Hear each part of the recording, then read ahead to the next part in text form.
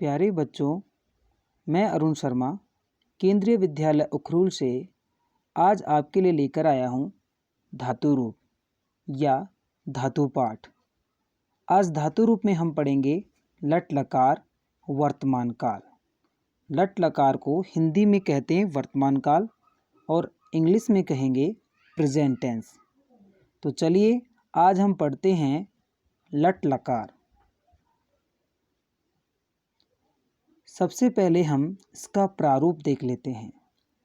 प्रारूप सभी धातुओं पर लागू नहीं होता है, लेकिन अधिकतर सभी धातुओं पर यह लागू हो जाता है।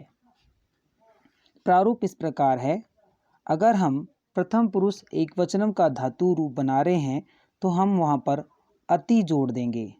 अगर द्विवचनम का बना रहे हैं तो अतः, और अगर बहुवचनम का बना रहे हैं तो अंति जोड़ देंगे। उसी प्रकार मध्यम पुरुष में अगर मध्यम पुरुष का एक वचनम बना रहे हैं तो असि, द्विवचनम के साथ अथः और बहुवचनम के साथ अथ शब्द को जोड़ देंगे।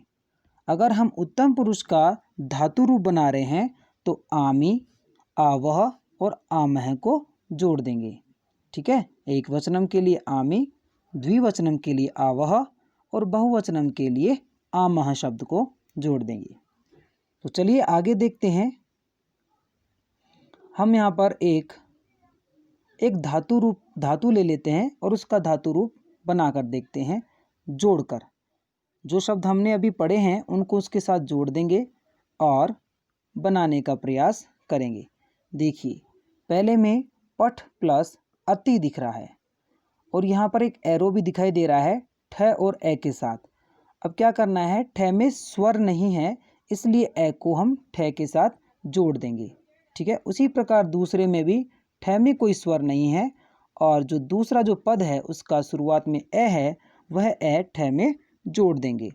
और उसी प्रकार अंत में भी ठ में कोई स्वर नहीं है और दूसरे पद का ए इसमें जोड़ देंगे।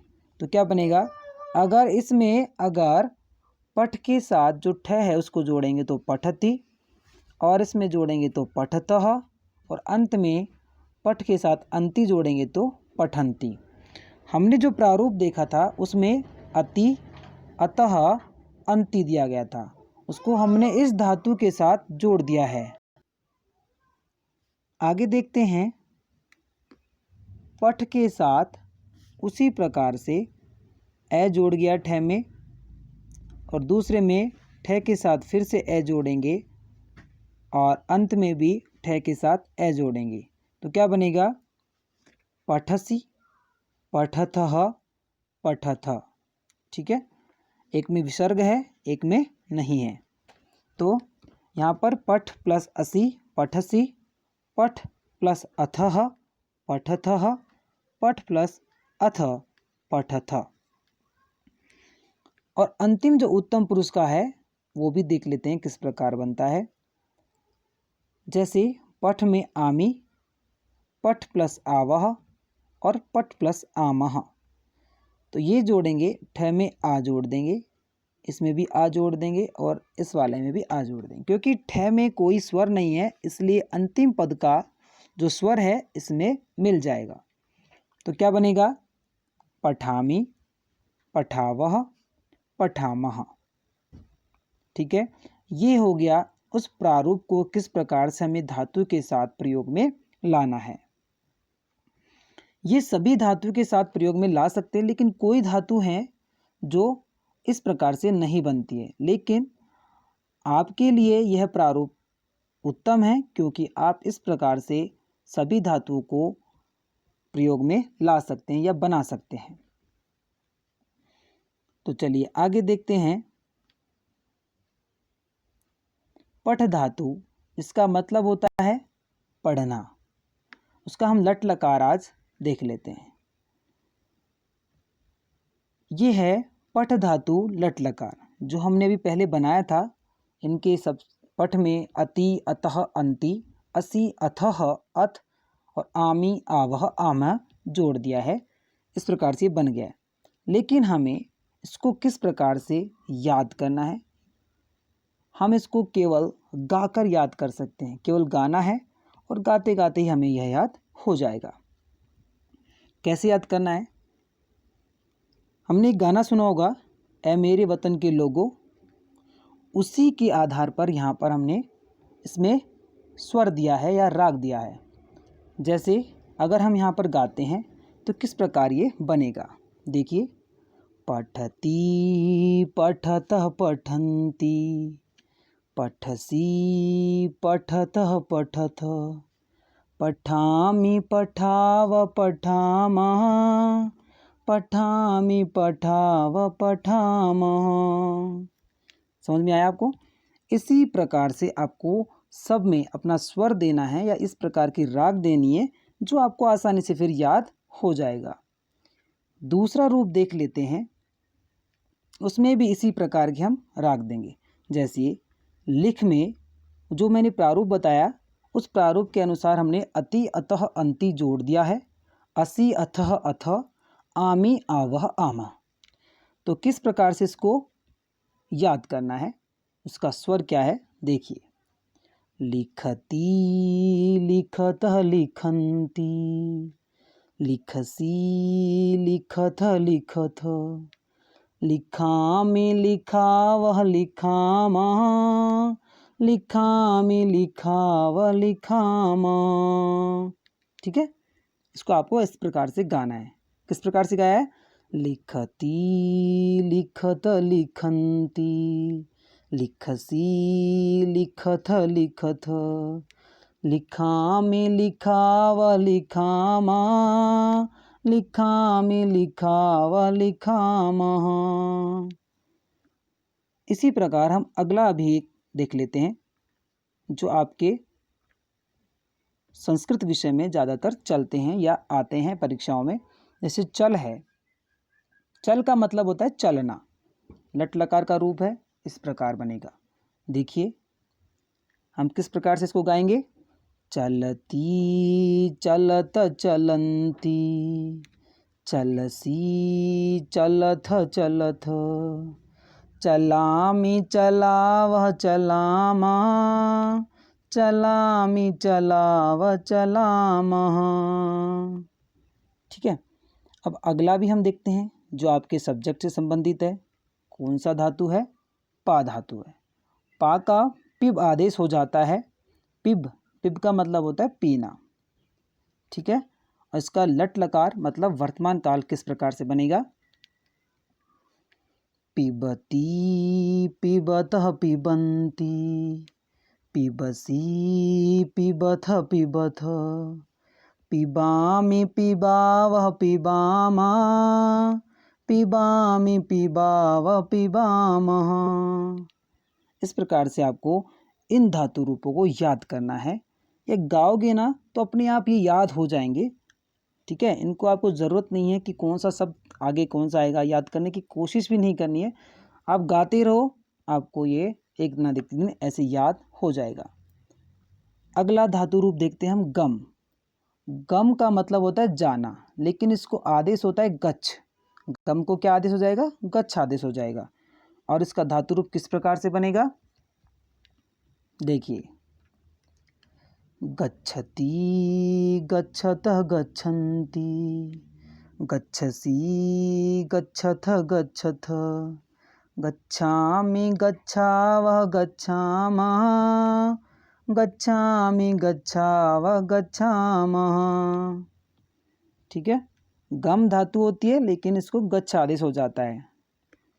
अगला देखते हैं जो आपसे आपके ग्रामर में या विषय में जो ज़्यादातर आते हैं। खाद धातु है। खाद का मतलब होता है खाना। उसका लट लकार कैसे बनेगा, आइए देखते हैं।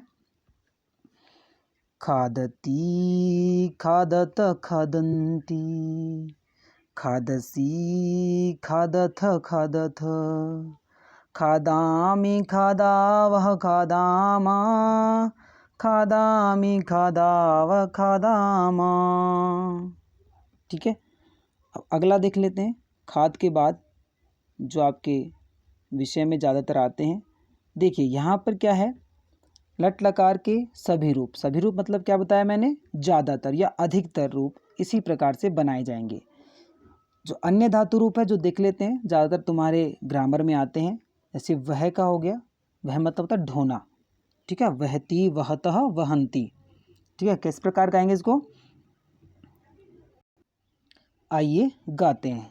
वहती वहतः वहंती, वहसी वहथ वहथ, वहामि वहाव वहामा, वहामि वहाव वहाम। पच, आइए पच का गाते हैं। पच का मतलब क्या होता है, पकाना, ठीक है। अब गाते हैं। पचती पचतः पचन्ति, पचसी पचथ पचथ, पचामि पचावः पचामा, पचामि पचाव पचाम। नी का मतलब होता है ले जाना, ठीक है।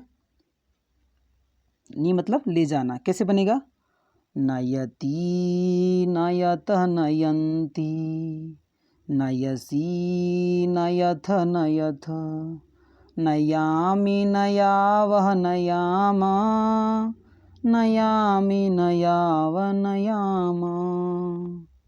इस प्रकार से आपको गा गा कर इनको याद कर लेना है, या गाते रहोगे तो अपने आप सब कुछ याद हो जाएगा। जैसे क्रीड का है, क्रीड मतलब होता है खेलना, लेकिन यहाँ पर अगर क्रीड का याद नहीं होता तब खेल का भी याद कर सकते हो, ठीक है ना, खेलती खेलतः खेलंती वाला, ठीक है। तो क्रीड का याद करोगे तो अच्छा रहेगा। जैसे क्रीड का कैसे याद करेंगे, क्रीडती क्रीडतः क्रीडन्ति, क्रीडसी क्रीडथ क्रीडथ, क्रीडामि क्रीडाव क्रीडामा, क्रीडामि क्रीडाव क्रीडामः, ठीक है। हंस का याद कैसे करोगे, हसती हसत हसन्ति, हससी हसथ हसथ, हसामि हसाव हसामा, हसामि हसाव हसाम, ठीक है। वस का भी याद करना है आपको। वस मतलब होता है रहना।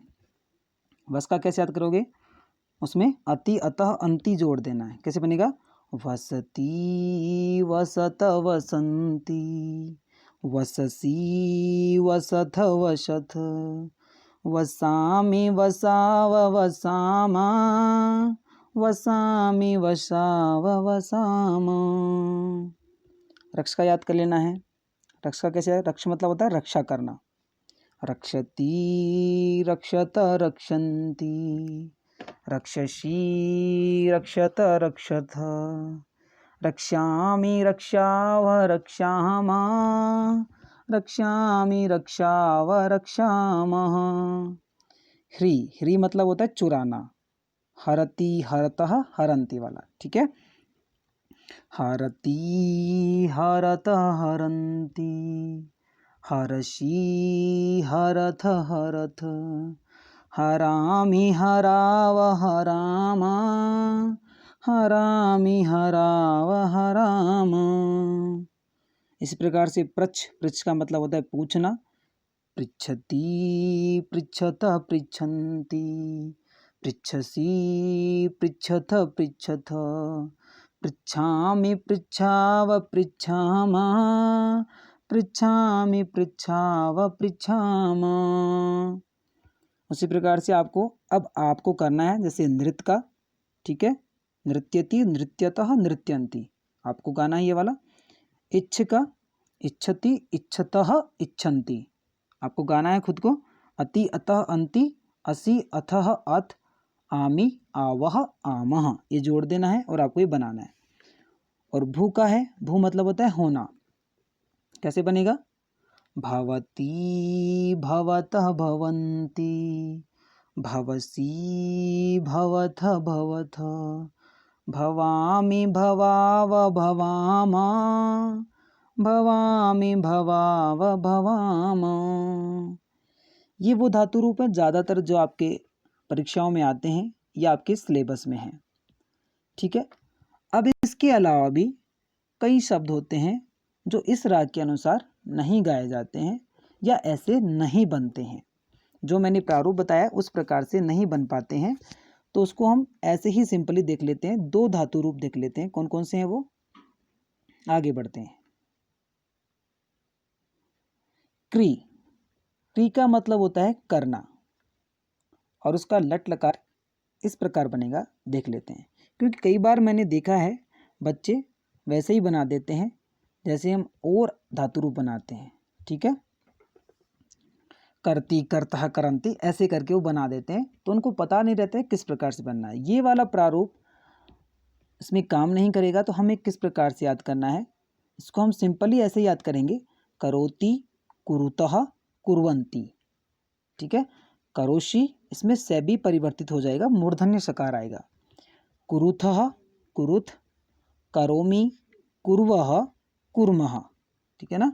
कई बार क्या करते हैं, करोमि, यहाँ पे क्या करते हैं, कुर्वः नहीं करते हैं, और यहाँ पे कुर्मः नहीं करते हैं, कई बार गलती कर देते हैं।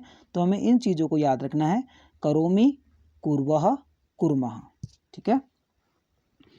तो इस प्रकार से आपको इनको याद करना है, करोति, कुरुतः, कुर्वन्ति, करोषि, कुरुथः, कुरुथ, करोमि, कुर्वः, कुर्मः। ओके, चलिए एक और आपको मैं धातु बता देता हूँ जो ज़्यादातर आपके सिलेबस में रहता है, वह है रुद्ध धातु। रुद्ध धातु मतलब होता है रोना, लट लकार हम देख लेते हैं किस प्रकार बनेगा, रोदिति, रुदितः, रुदन्ति। यहाँ पर रू ह्रस्व रू है, ठीक है ना, छोटा वाला रू है, इस बात का भी ध्यान रखना है आपको। रोदिति, रुदितः, रुदन्ति, रोदिषि, रुदिथः, रुदिथ, रोदिमि, रुदिवः, रुदिमः।